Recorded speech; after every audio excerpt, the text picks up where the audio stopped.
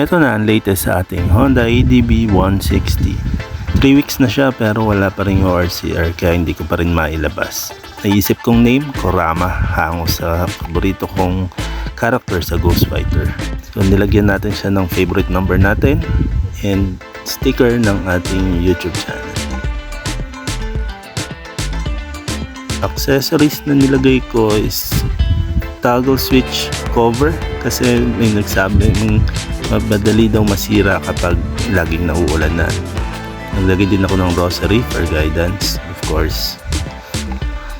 And seat cover para maprotektahan natin yung leather pati sa mga pusa.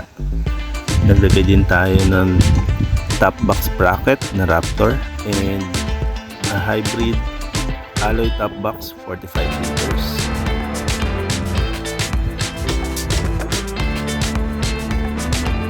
May leather padded na rin siya sa loob, so maganda yung quality. Naglagay din tayo ng cover ng top box para sa added protection and also cover ng shocks dahil malakas na kumain ng putik si Honda ADB.